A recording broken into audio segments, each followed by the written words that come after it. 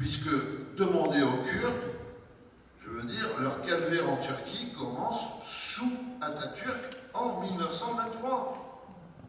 Et de ce point de vue-là, c'est un invariant de la politique turque. Et Erdogan a fait croire qu'il aimait bien les Kurdes pour se faire élire. Une fois qu'il a été élu, il n'a pas évidemment rendu le jeton démocratique. Donc je pense qu'on s'est beaucoup abusé. Maintenant, pour conclure quand même sur quelque chose d'un peu plus positif, il y a cette jeunesse turque qui est formidable, qui défile en ce moment parce qu'elle refuse qu'on lui impose une pensée unique. Ce sont des jeunes qui risquent énormément parce que le simple fait de se faire arrêter dans telles circonstances peut valoir une condamnation pour, en fait, complicité avec les terroristes.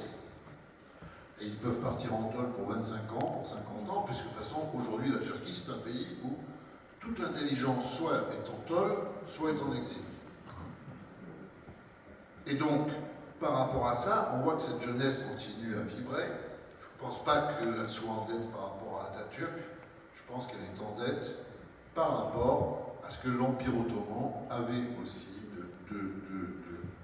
particulièrement au XIXe siècle, de vrais dialogues avec l'Europe, et c'est ce vrai dialogue qui a été perdu au profit de métamorphoses qui, encore aujourd'hui, n'ont pas trouvé leur point de chute. Est-ce qu'on pourrait dire que le régime d'Erdogan est un régime, pour revenir à la thématique de cette rencontre, bon, admettons qu'Atatürk, que ce soit du laïco-fascisme, est-ce que Erdogan, c'est l'islamo-fascisme? Moi, j'aime pas trop ces qualifications parce que j'ai pas besoin, j'ai pas besoin de ces qualifications. Non, et puis je ne crois pas en plus à tout ça. C'est-à-dire, Erdogan et Poutine, par exemple, ont en commun de concevoir une démocratie qui a des allures démocratiques, mais qui n'a qu'une fonction plébiscitaire. Donc tant que ça fonctionne, il y a des apparences démocratiques, et puis le jour où ça ne fonctionne plus, il n'y a plus d'apparence démocratique. Ce qu'Erdogan a su faire, par exemple, au moment où il perdait les législatives, il y a eu, disons, on ne va pas être complotiste, il y a eu dans le sud-est de la Turquie des attentats sans auteur connu qui ont été très utiles au fait qu'ils récupèrent la mise et puissent faire casser les élections et les refaire. Voilà. Mais est-ce qu'ils sont fascistes? Est-ce qu'ils ont besoin d'être fascistes? Vous ne trouvez pas que ça suffit de savoir comment ils sont? On a besoin. Vous pensez que les années 1930 vont nous éclairer? Je veux dire, c'est pas assez déjà? Ce pays, la Turquie, avec les réserves d'intelligence, de créativité qu'il y a, et ça c'est réel, avec une culture qui est propre et qui est en même temps en rapport beaucoup avec l'Europe. Tous ces gens, encore une fois, qui sont soit en prison, soit en exil, ça suffit. Est-ce qu'il faut appeler ça un fascisme? Moi j'appelle ça, ça suffit, de l'erdoganisme. L'erdoganisme. Alors, nous ne sommes pas si loin de la France, hein, parce que si l'islamo-fascisme n'existe pas, l'islamo-gauchisme est un thème quand même d'actualité dont on parle tous les jours. On va en parler des rôles de la Turquie, on va parler de votre livre, Mohamed Sifawi, Les fossoyeurs de la République. Mais les fossoyeurs de la République, c'est le verre qui est dans le fruit. Merci. D'abord, commencer la question de cette façon, c'est presque commencer un exposé par une conclusion. Donc, permettez-moi quand même d'essayer de faire une démonstration, en tout cas je vais essayer de m'y atteler, dans la continuité de deux brillantes explications qui ont été faites par Gilles Kepel et par Jean-François Cosimo. Si on devait être complémentaire et agir dans un effet entonnoir, d'une certaine façon, vous avez eu effectivement les enjeux géopolitiques avec un aperçu historique sur l'évolution récente de l'islam politique, les conjonctions qui existent parfois, y compris entre des groupements contraires ou des intérêts contradictoires ou même des forces antagonistes, a priori, qu'il était encore récemment. Avec Jean-François, on a abordé la question de la Turquie, et effectivement c'est un sujet central aujourd'hui. La Turquie d'Erdogan joue un rôle pivot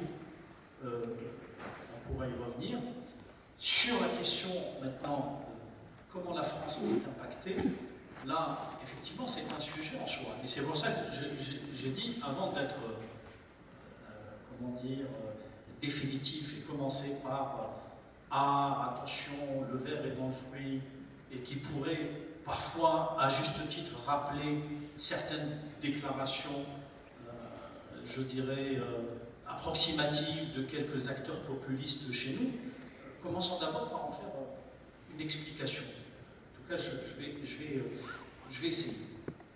La question de l'islamo-gauchisme, vous l'aurez remarqué, vous avez énormément, d'ailleurs, beaucoup comptent parmi les détracteurs de Gilles Kepel dans le monde universitaire, et moi je peux apporter un modeste témoignage. S'il y a bien quelqu'un qu'il faut lire sur ces thématiques-là, c'est bien lui, incontestablement. Jean-François l'a dit, et ce n'est pas parce qu'on l'apprécie, ce n'est pas parce qu'il est sympathique, ce n'est pas parce que c'est un ami, c'est parce que c'est un fait. Quand j'ai commencé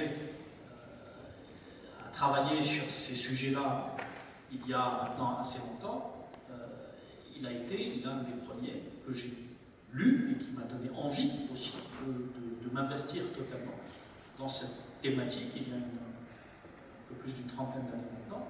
Et y compris aujourd'hui, quand je lis ses publications, lorsqu'il était jeune doctorant et qu'il écrivait déjà avec d'éminents spécialistes sur ces sujets-là, il y avait une justesse dans l'analyse et un travail de terrain qui l'a amené, parce que c'est ce qui fait la différence avec certains de ceux qui balayent d'un revers de main la question de l'islamo-gauchisme. Je pense qu'on fait partie de ceux qui ont approché la bête, si j'ose dire, même de très près. Il a beaucoup travaillé dans le monde arabe, j'ai beaucoup travaillé dans le monde arabe, j'ai été à 7 reprises au Pakistan et en Afghanistan, enfin, l'Algérie, la guerre civile, je l'ai vécu en direct. Donc il y a un travail, une approche académique, et il y a une approche empirique qui fait que les deux approches permettent, en toute humilité, d'apporter quand même un certain nombre certaines expériences qu'on partage avec le public. Il ne s'agit pas d'être dans une posture, encore une fois, dogmatique. Donc la question, je fais cette introduction parce que c'est un sujet d'actualité, c'est un sujet brûlant, c'est un sujet qui peut peut-être comment dire, amener certains indécis à voter demain, contre un certain nombre de chapelles, et contre d'autres aussi, je l'espère, pour rester dans l'arc républicain. Il est important de voir la question sémantique et son ampleur. C'est-à-dire quand on utilise en langue française un mot, c'est pour désigner un fait. Alors il y a deux façons. Soit on crée un mot pour désigner quelque chose qui n'existe pas, ça les complotistes en sont très friands, soit les politologues, les sociologues observent un phénomène et ont besoin de le qualifier. Et en l'espèce, l'un des premiers qui a utilisé le terme islamo-gauchisme, ça a été Pierre-André Taguieff, chercheur au CNRS, et qui, en vérité, sans être là aussi définitif, je l'ai interviewé, entre autres, pour l'édition de ce livre, lui, sa démarche est très simple, c'est qu'au lendemain de la seconde intifada, il a vu des manifestations s'organiser à Paris, notamment, et dans ces manifestations, il y avait, au début des années 2000, des mouvements islamistes, ou des gens se revendiquant de l'islam politique, et des milieux gauchistes. Il appelait ça islamo-gauchisme.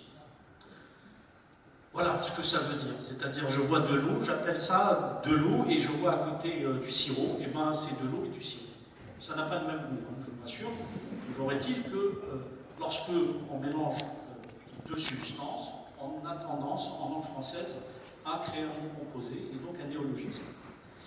C'est comme ça que ce terme a commencé à, je dirais, être utilisé. Alors je le concède, effectivement, comme souvent, il est utilisé parfois à tort et à travers. Et on a quelque chose d'extraordinaire dans ce pays, c'est qu'on a une extrême droite qui parfois préempte des mots ou des concepts, et dès qu'elle les préempte, elle les utilise avec l'ignorance qui la caractérise, et j'assume parce que ce sont des gens qui généralement ne comprennent rien, et surtout pas à ce sujet. On les entend, je crois, assez souvent dire de grosses bêtises dans les analyses populistes à travers lesquelles ils tentent de toucher les instincts les plus bas de la société, en instrumentalisant évidemment les peurs qui peuvent être souvent très légitimes, mais en apportant des solutions très approximatives. Donc, la question, encore une fois, de l'islamo-gauchisme est une réalité politique, c'est-à-dire la convergence. Cette convergence politique existe. Moi, ce qui m'a intéressé dans cette enquête, c'est d'aller essayer de trouver, de chercher comment tout ça a commencé. Parce que, beaucoup le savent, je suis d'origine algérienne, j'ai commencé ma carrière en Algérie. Cette convergence entre l'islam politique et les milieux gauchistes, je ne l'ai pas découverte en France.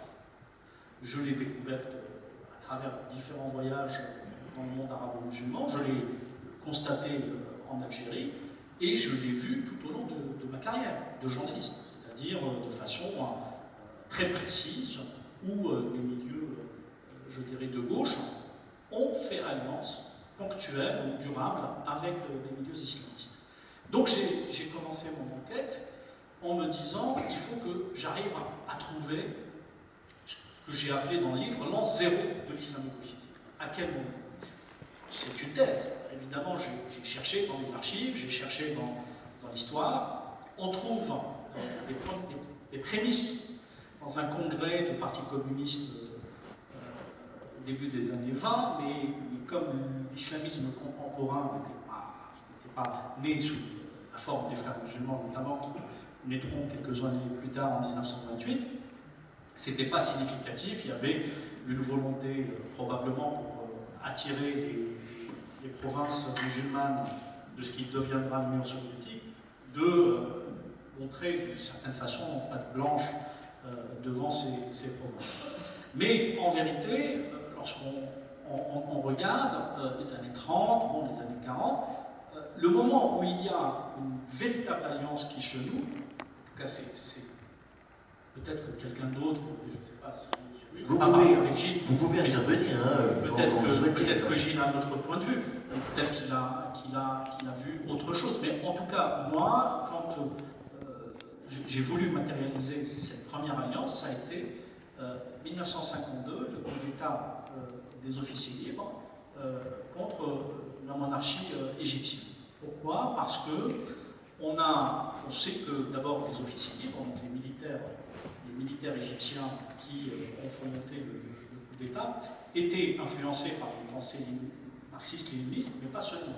Il y avait beaucoup d'entre eux qui étaient traversés par une pensée islamiste. Et en plus, les liens entre les islamistes, c'est-à-dire frères musulmans qui étaient en ébullition à l'époque en Égypte, et les frères musulmans, donc des contacts avaient commencé dès la fin des années 40, ils se sont accentués jusqu'à 1952, et donc la révolution égyptienne.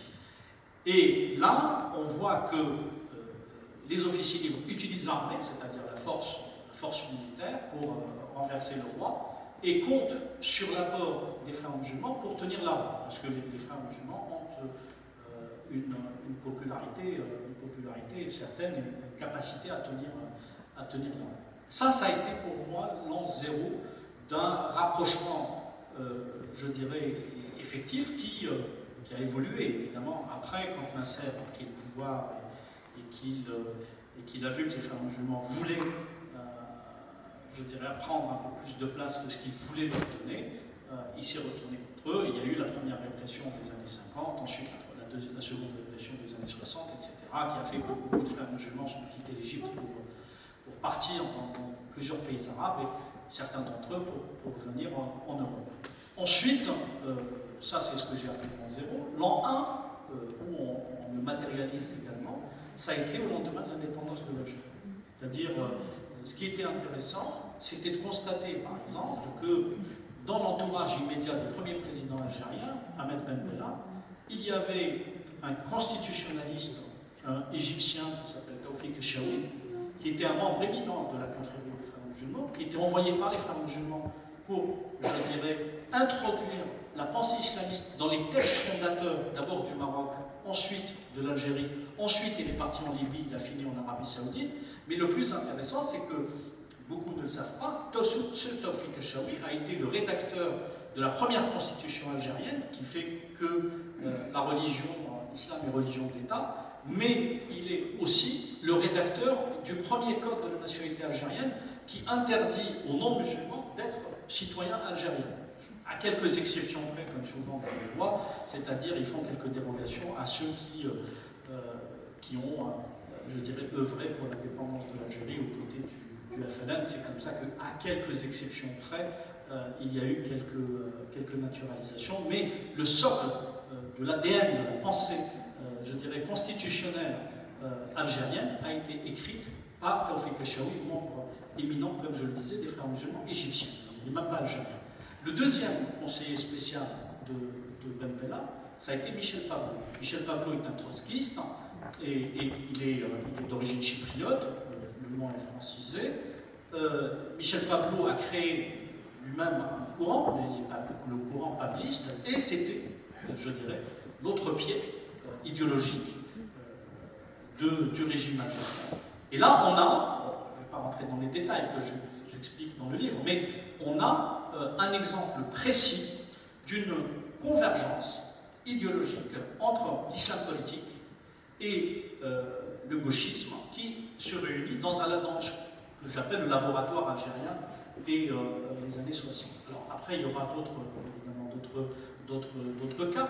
La convergence ou la séduction qu'a pu avoir quelqu'un qui fréquentait Saint-Germain-des-Prés, un chiite iranien, Ali Shariati, qui a eu, je dirais, un impact assez important sur le monde universitaire et intellectuel français, dont Sartre, pas seulement, Foucault et beaucoup d'autres. Élève de Jacques Berck. Oui, et Jacques Berck, qui était son directeur de thèse. Dont il était élève aussi.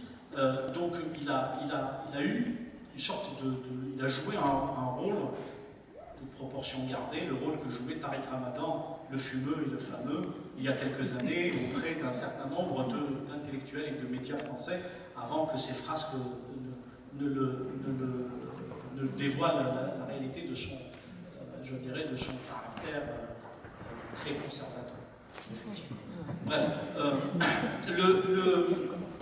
Ali Shariati a impacté considérablement, je dirais, la pensée de Saint-Germain-des-Prés et des intellectuels français. Bon, on a ces trois périodes, hein, il y en a d'autres, mais pour moi, ces trois périodes, c'est parmi les plus importantes dans la construction d'une pensée qui a fait que l'islamisme, alors on peut considérer à juste titre, peut-être pas dans une approche académique, mais dans une discussion, dans des articles de presse. Moi, le terme fascisme ne me gêne pas. Mes confrères algériens, je pense avant tout le monde, dès le début des années 90, Gilles s'en rappelle probablement parce qu'il a été très attentif à ce qui s'est passé en Algérie à cette époque-là. Une partie de la presse francophone n'hésitait pas à appeler le fils ou le GIA le fascisme vert.